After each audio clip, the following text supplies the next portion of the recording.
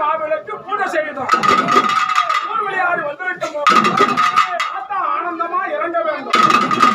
பாராட்டு பாடு வேலைகள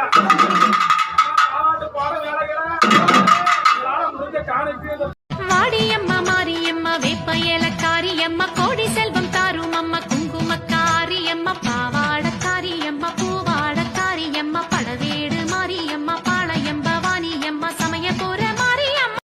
ஆயிரம் கண்கள் உடையவளே ஆலயத்தின் தலைமகளே கடை கண்ணாலே பார்த்தருள்வாய் காலம் எல்லாம் காத்தருள்வாய் கடை கண்ணாலே பார்த்தருள்வாய் காலம் எல்லாம் காத்தருள்வாய்.